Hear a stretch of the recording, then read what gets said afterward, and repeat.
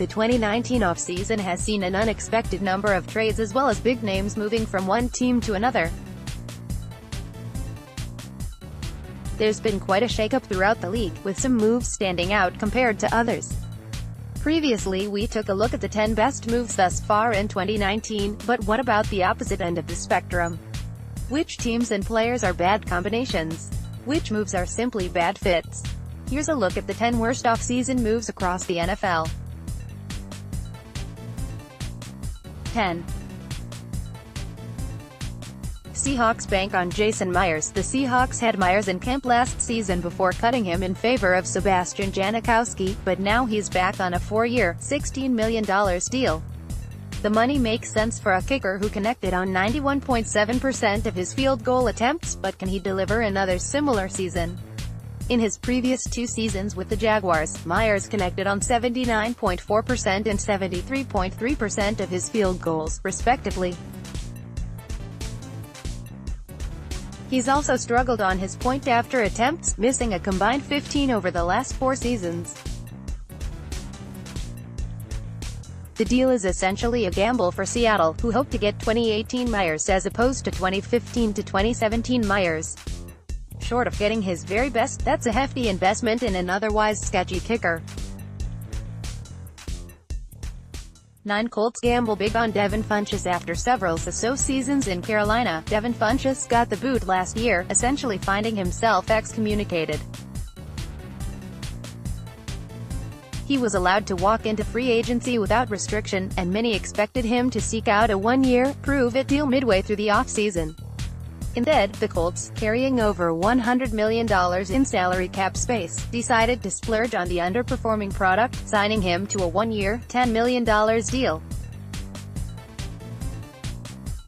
Making the deal even more curious is that the Colts added in an additional $3 million in potential escalators and incentives. That means Funchess, who has never eclipsed 65 receptions or 850 yards, could become one of the highest-paid receivers in all of football. Comparatively, he's already earning more in average base salary than the likes of Michael Thomas, Amari Cooper, Deshaun Jackson, Sterling Shepard and Juju Smith-Schuster. 8. Bills signed Frank Gore. Get older at running back. The Bills will open the 2019 regular season with 31-year-old LeSean McCoy as their primary running back. At no. 2. The team had Chris Ivory, but released him in favor of the 35-year-old Frank Gore. That decision seems more than curious for a team in rebuilding mode with several players predominantly under the age of 25. Moreover, the running back position is perhaps the most demanding of all the team's units and often requires fresh legs. While Gore does still have some gas left in the tank, it's a curious pairing for both parties. The Bills aren't en route to the Super Bowl, so Gore's presence and impact will be minimal at best. The cost may be insignificant, but his addition in Buffalo doesn't seem to fit short-term or long-term. 7. Browns re-sign penalty machine Greg Robinson. Greg Robinson had underwhelmed since being selected 2nd overall in the 2014 NFL Draft, but suddenly revitalized his career after taking over at left tackle in Cleveland midway through last season. In fact, from Week 9 forward, Robinson didn't allow a sack and stabilized the line. That's the good news. The bad news is that Robinson has a long history of underperforming, which is highlighted by a very serious problem with penalties. Even during what was his greatest career stretch a year ago, Robinson was penalized 10 times over the team's final 7 games. 9 of those 10 penalties were holds, which was 4 more than anyone else in the NFL from weeks 10 to 17. And his 10 total penalties. Yeah, they led the league as well. That's a lot of issues for a player earning $7 million in 2019. 6. Chiefs trade away Dee Ford to 49ers. After recording 13 sacks a season ago, Dee Ford being shipped to San Francisco came as a surprise to many. The curiosity was compounded by the Chiefs' decision to part ways with linebacker Justin Houston, which they claimed was a result of cap restrictions.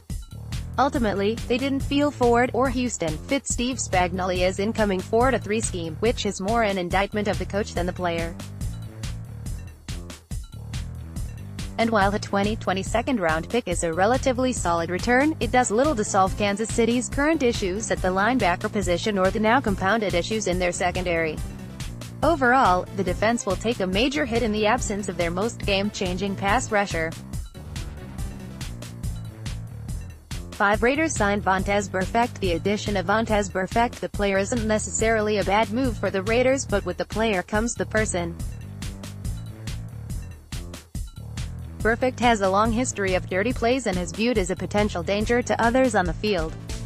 He's not exactly known as a locker room leader and brings along a ton of baggage, not a good combination for a team rebuilding and on the move. As far as the player, Burfict is getting up there in age, has a dangerous history of concussions, and is no longer the tackling machine who made the Pro Bowl in 2013.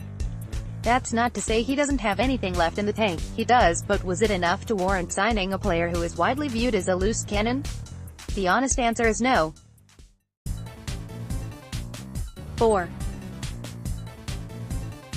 Bengals throw money at Bobby Hart. Seeing average offensive linemen signed to bloated contracts isn't something new to the NFL, but seeing a well below average offensive lineman cash into the tune of 3 years and $16.15 million certainly is. That's what the Bengals are on the hook for after re-signing Bobby Hart, who gave the team little reason to believe he was suddenly going to morph into a star following an awful 2018 campaign. Once upon a time, Hart called himself the best right tackle in football, but he's not even the best right tackle on the team despite getting a hefty bag of cash and starting role going into 2019. It is truly a puzzling move that's highly unlikely to yield any positive results. 3. Redskins sign Eric Flowers, move him to guard. Eric Flowers is one of the biggest busts of the 2010s, entering the league as a first-round pick of the Giants in 2015 before completely bombing out. His time in New York was highlighted by poor play, a poor attitude and rumors of him quitting down the stretch in 2017. Flowers eventually lost his job to Nate Solder and was shifted to right tackle, where he continued to struggle. The Giants eventually pulled the plug and released Flowers late last season.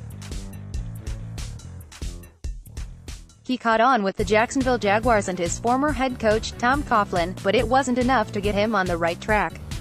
The longtime tackle showed no improvement, and Jacksonville opted not to re-sign him. For some reason, however, the Redskins got the idea that they could sign Flowers and move him inside to guard. In theory, it sounds like a wonderful plan. In practice, it's not going to end well for Washington. 2. Giants trade Odell Beckham Jr., sign Golden Tate. Odell Beckham Jr.'s time in New York was like a roller coaster, with as many lows as there were highs. However, the relationship between him and the team remained strong right up until the final minutes. Team co-owner, Jason Myer, acknowledged Beckham sometimes gave him headaches, but said it was nothing that couldn't be managed. Moreover, the Giants had no real need to trade one of the best receivers in the league, but they did anyway, shipping him to the Cleveland Browns in the biggest surprise trade of the offseason. Dealing Odell away created an immediate area of need, which the Giants addressed by signing Golden Tate to a somewhat lucrative deal of his own. And while Tate is a quality player, he's nowhere near Beckham's talent level and doesn't necessarily fit into an offense that has a mirror image of him already on the roster. Sterling Shepard. 1. Steelers trade Antonio Brown for peanuts. The relationship between the Pittsburgh Steelers and wide receiver Antonio Brown had soured to the point where there was irreparable damage. There was no way Brown could return to the team and mend fences from ownership on down, and he was demanding to be traded anyway. However, in their haste to end the relationship, the Steelers slipped up and sent Brown to the Raiders for nothing more than a third-round pick and fifth-round pick, hardly that significant compensation.